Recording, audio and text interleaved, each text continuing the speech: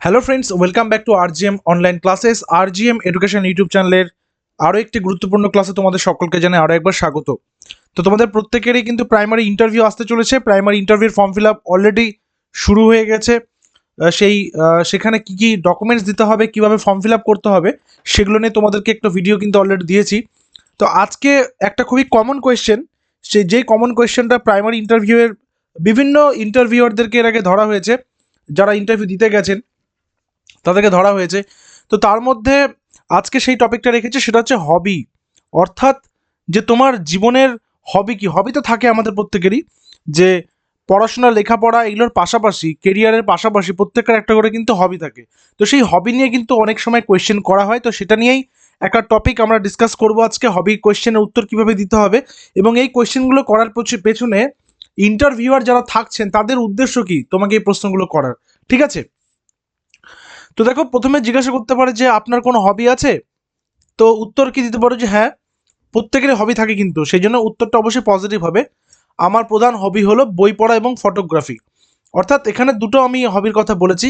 এখানে গার্ডেনিং হতে পারে, এখানে ট্রাভেলিং হতে পারে, এখানে সিনেমা দেখা হতে পারে, এখানে গল্প দেখা হতে পারে, নাটক দেখা হতে পারে, এখানে ঘোরাঘুরি করা, ক্রিকেট খেলা হতে পারে, যে কোনো কিছু হবি হতে পারে।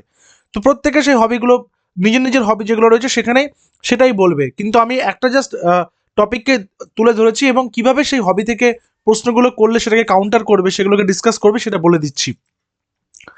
বই পড়তে আমি খুব ভালোবাসি, বিশেষ করে উপন্যাস এবং আত্ম উন্নতিমূলক বই। আত্ম উন্নতিমূলক, তোমার হবিটা যদি তোমার আত্ম উন্নতি হয়, তোমার চেতনাকে বিকশিত করে, তাহলে সেটা কিন্তু আরো বেশি ইন্টারেস্টিং হয়ে যায়। তো সেই কারণে তোমার হবিটা যেটাই হোক না কেন, সেটা তোমাকে কি করে, তোমার মধ্যে কি করে তোমাকে এনথুসিয়াজম দিচ্ছে, তোমাকে কি করে এন্থু দিচ্ছে, তোমাকে কি করে জাগরিত করছে, সেই বিষয়টা কিন্তু অবশ্যই উল্লেখ করতে হবে। আর ফটোগ্রাফির মাধ্যমে আমি মুহূর্তগুলোকে ধরে রাখতে পারি এবং নিজের ক্রিয়েটিভিটি প্রকাশ করতে পারি। জিজ্ঞেস করলো যে ফটো তোলার মাধ্যমে কিসের ক্রিয়েটিভিটি? তুমি তো কোনো ক্যামেরা বা কোনো ফোনে ফটো তুলছো, তাহলে ক্রিয়েটিভিটি কি করে তুমি বুঝছো? ওখানে তো ওই ফোনের যে কত মেগাপিক্সেল ক্যামেরা রয়েছে সেটার ক্রিয়েটিভিটি। তখন তোমাকে ঘুরিয়ে বলতে হবে যে হ্যাঁ, অবশ্যই সেটা ক্যামেরার একটা তো গুরুত্ব রয়েছে, তার পাশাপাশি ক্যামেরাটা কোন অ্যাঙ্গেলে ধরতে হবে, কিভাবে কোন কোন অংশগুলোকে ফটোর মধ্যে জায়গা করে দিতে হবে এবং যাতে করে ফটোটা আরও বেশি অনেক বেশি রিয়ালিস্টিক মনে হয় সেই বিষয়টা।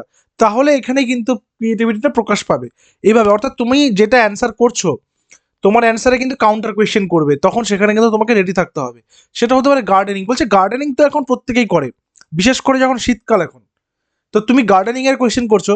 আচ্ছা, গার্ডেনিং তোমার হবি। আচ্ছা বলো তো, শীতকালে কোন কোন ফুল পাওয়া যায়? তখন তুমি যদি মিথ্যা কথা বলে থাকবে গার্ডেনিং, তুমি হট করে না হকচকিয়ে যাবে।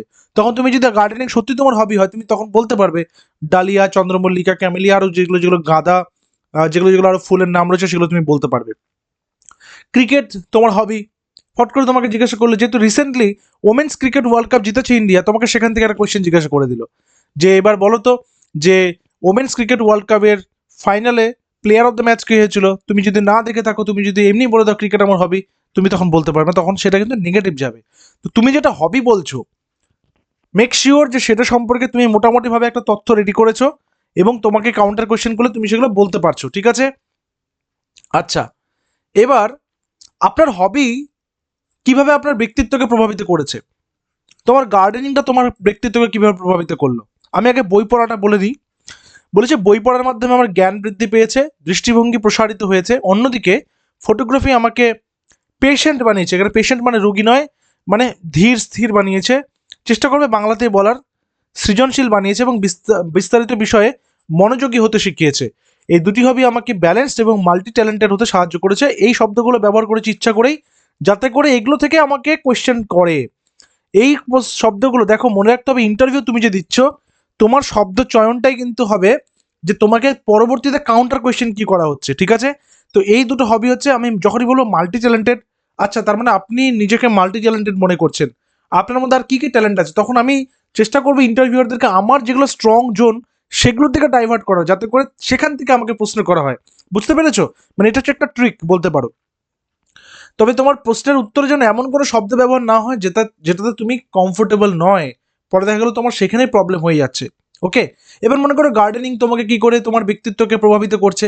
হ্যাঁ, আমি যখন, তুমি বলবে যে আমি যখন চারা গাছগুলো রোপণ করছি এবং তারপর সেখানে নিয়মিত জল দিচ্ছি এবং নিয়মিত সেটার পরিচর্যা করছি এবং শেষে গিয়ে সেখান থেকে ফুল দিচ্ছে বা ফল পাচ্ছি বা খুব সুন্দর বিভিন্ন রঙের পাতা সেখানে বেরিয়ে আসছে এবং একটা সুন্দর পরিবেশ তৈরি করছে আমার নিজের বাড়িতেই, তখন সেটা আমার অনেক মনকে অনেক শান্তি দিচ্ছে এবং তার পাশাপাশি আমার নিজের যে কর্ম এবং নিজের যে পরিশ্রমের ফল সেটা যে আমি দেখতে পাচ্ছি ওখানে, সেটা আমাকে অনেক বেশিভাবে প্রভাবিত করছে এবং তার পাশাপাশি আমি মনে করতে পারছি এই বিষয়গুলো থেকে যে যে কোনো কিছু যদি মনোযোগের সহকারে এবং সত্যনিষ্ঠার সঙ্গে করা যায় তাহলে সেখান থেকে অবশ্যই ভালো ফল কিন্তু পাওয়া যায়, এগুলো তুমি বলতে পারো।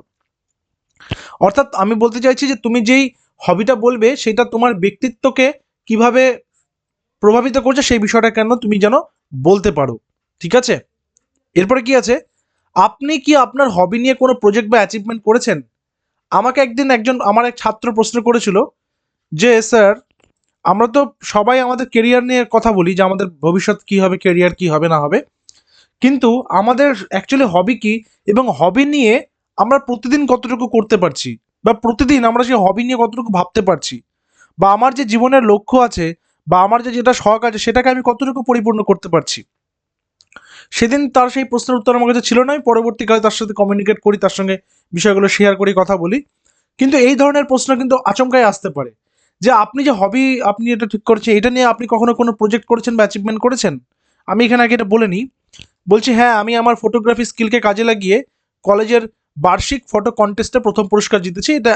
এটা হচ্ছে জাস্ট একটা বলা যেতে পারে ফেব্রিকেটেড অ্যান্সার লিখেছি এখানে একটা, ঠিক আছে? এরকম বলার দরকার নেই যে আমি জাহির করার দরকার নেই যে আমি পুরস্কার জিতেছি বা কিছু, তবুও আমি এখানে একটা ফেব্রিকেটেড অ্যান্সার করেছি, ঠিক আছে? যাতে বিষয়টাকে একটু বেশি আরও বেশি কানেক্টেড ফিল করানো যায় তোমাদেরকে। এছাড়া আমি একটা স্থানীয় লাইব্রেরিতে বই ক্লাবের আয়োজন করি যেখানে আমরা মাসিক বই নিয়ে আলোচনা করি, মানে বিভিন্ন যেগুলো মাসিক বই বলতে যেগুলো পত্রিকা হয়, ঠিক আছে?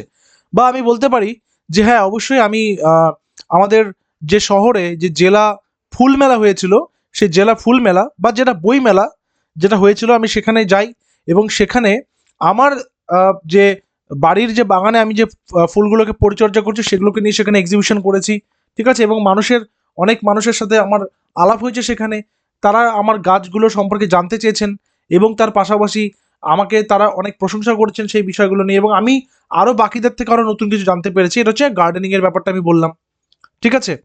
এবার আমি এখানে ফটোগ্রাফি নিয়ে আমি বলতে পারি যে আমাদের স্কুলের যখন এক্সিবিশন হয়েছিল, বা স্কুল নয় তুমি কলেজ জীবন বলতে পারো, যে কলেজে যখন এক্সিবিশন হয়েছিল তখন আমি সেখানে আমার তোলা ফটোগুলোকে নিয়ে যাই এবং সেখানে তারা সেই ফটোগুলো বাকিদের সঙ্গে একসাথে সেখানে জায়গা করে নিয়েছে। তো অর্থাৎ বলতে চাইছে তোমার হবিটা কি তোমার মধ্যে সীমিত আছে, নাকি তুমি সেটাকে নিয়ে কিছু করতে পেরেছো বা কিছু করতে চাইছো বা কিছু করেছো, সেই বিষয়টা জানার জন্য এই প্রশ্নটা কিন্তু তারা তোমাকে করতে পারবে। আপনার হবি কি আপনার একাডেমিক বা কেরিয়ারের সঙ্গে লক্ষ্যের সাথে সম্পর্কিত? এইটা হচ্ছে খুব গুরুত্বপূর্ণ একটা কোয়েশ্চেন। এখানে তুমি ক্রিকেটটাকে কি করে একাডেমিকের সঙ্গে যোগ করবে আমি সব বলে দিচ্ছি কিভাবে করবে, আগে এটা বলে নিই। হ্যাঁ, একদম অবশ্যই এটা আমার কেরিয়ারের সঙ্গে যুক্ত। বই পড়ার অভ্যাস আমাকে বিশ্লেষণাত্মক দক্ষতা এবং ক্রিটিক্যাল থিঙ্কিং ডেভেলপ করতে সাহায্য করেছে, যা আমার একাডেমিক পড়াশোনায় খুব উপকারী। ফটোগ্রাফি আমাকে ভিজুয়াল কমিউনিকেশন স্কিলস শিখিয়েছে, যা জার্নালিজম ও মিডিয়া ক্যারিয়ারের খুবই গুরুত্বপূর্ণ। মানে অর্থাৎ এটা আমার কেরিয়ারকে কতটা হেল্প করেছে। এবার তুমি গার্ডেনিং বললে, গার্ডেনিং তোমার কেরিয়ারকে কতটা হেল্প করলো? হ্যাঁ, গার্ডেনিং করে তোমার একাডেমিক্সে কতটা হেল্প হয়েছে? একাডেমিক্সে হেল্প তুমি এইভাবে বলতে পারো যে তুমি যদি মনে করো যে বায়োলজি স্টুডেন্ট হও, তাহলে তুমি সেখানে তোমার পাঠ্য বইয়ের সঙ্গে একটা যোগাযোগ করার কথা বলতে পারো। বা তুমি এটাও বলতে পারো যে এই যে মানে যেটাকে ফ্লোরিকালচার বলে, মানে গার্ডেনিং হচ্ছে অ্যাকচুয়ালি ফ্লোরিকালচার, ঠিক আছে?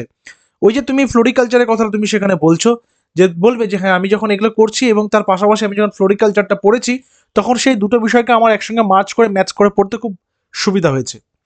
ক্রিকেটটাকে তুমি এক্সট্রা কারিকুলার অ্যাক্টিভিটিসের সঙ্গে যুক্ত করতে পারো, ওটাও একাডেমিক্সের একটা পার্ট। বর্তমান শিক্ষা ব্যবস্থায় এক্সট্রা কারিকুলার অ্যাক্টিভিটিস রয়েছে, সেটা একটা পার্ট। যে হ্যাঁ, এটা আমার অবশ্যই আমার এক্সট্রা কারিকুলার অ্যাক্টিভিটিসকে অনেক হেল্প করেছে এবং আগামী দিনেও আমি চেষ্টা করব যে আমার যারা ছাত্রছাত্রী হবে তাদের মধ্যেও আমি সেটাকে পাস অন করি এবং তাদের মধ্যেও সেই এক্সট্রা কারিকুলার অ্যাক্টিভিটিস এবং স্পোর্টসের কতটা ইম্পর্টেন্স রয়েছে সেগুলোকে বোঝানোর চেষ্টা করি। তো এই দুটো বিষয় কিন্তু অবশ্যই বলতে পারো, ঠিক আছে? আপনার হবি সম্পর্কে আর কিছু বলতে চান? এত প্রশ্ন করবে না হবি নিয়ে, আমি তবুও এটাকে একদম বিশ্লেষণাত্মকভাবে করেছি এবং তোমাদের এই বিষয়গুলো যেগুলো নিয়ে ডিসকাস হচ্ছে এগুলো প্রত্যেকদিন তোমাদের না রাত্রি 8টা থেকে রাত্রি 8টা থেকে RJM এডুকেশন ইউটিউব চ্যানেল তোমাদেরকে কিন্তু আমি করাবো, ঠিক আছে, তোমরা পেয়ে যাবে রাত 4টা থেকে। যারা একেবারে নতুন আছে অবশ্যই চ্যানেলটা সাবস্ক্রাইব করে বেলটা প্রেস করে রাখবে। প্রত্যেকদিন তোমাদেরকে এই প্রাইমারি ইন্টারভিউ সংক্রান্ত বিষয়গুলো কিন্তু করিয়ে দেবো। তো এখানে কি হবি নিয়ে এত কিছু জানতে চাইবে না, তবু বলে দিই যে আপনার হবি সম্পর্কে আর কিছু বলতে চান? আমার মনে হয় হবি শুধুমাত্র সময় কাটানোর মাধ্যম নয়, বরং নিজেকে আবিষ্কার করার এবং নতুন স্কিল ডেভেলপ করার সুযোগ। আমি সবসময় নতুন কিছু শেখার এবং নিজের হবিকে আরও উন্নত করার চেষ্টা করেছি। এবং মনে রাখতে হবে, হবি বলার ক্ষেত্রে তোমাকে না অনেস্ট হতে হবে, এবং অনেস্টের পাশাপাশি তোমার যেন অবশ্যই সেটা প্র্যাকটিক্যালি তুমি করে থাকো। তাহলে কি হবে বলো তো? তাহলে তুমি কি করতে পারছো, তুমি যে হবিটার কথা বলেছো সেটা যে তুমি তোমার ব্যক্তিগত জীবনে সত্যি অ্যাপ্লাই করেছো সেটা তারা কিন্তু বুঝতে পারবেন। কিছু টিপস: অবশ্যই তোমাকে সত্য বলতে হবে, ট্রুথ বলতে হবে, এবং তার পাশাপাশি স্পেসিফিক হতে হবে। মানে তোমাকে বেশি আবোল তাবোল বকা যাবে না, অতিরঞ্জিত করা যাবে না, মিথ্যা কথা বলা যাবে না, মানে ওখানে ফলস স্টেটমেন্ট বা বেশি বাজে আজে বাজে কথা বলা যাবে না। অতিরঞ্জিত বলতে তুমি খুব গ্লোরিফাই করে দিচ্ছ, সেটা করা যাবে না। তুমি উদাহরণ দিয়ে বোঝাতে পারো, ঠিক আছে।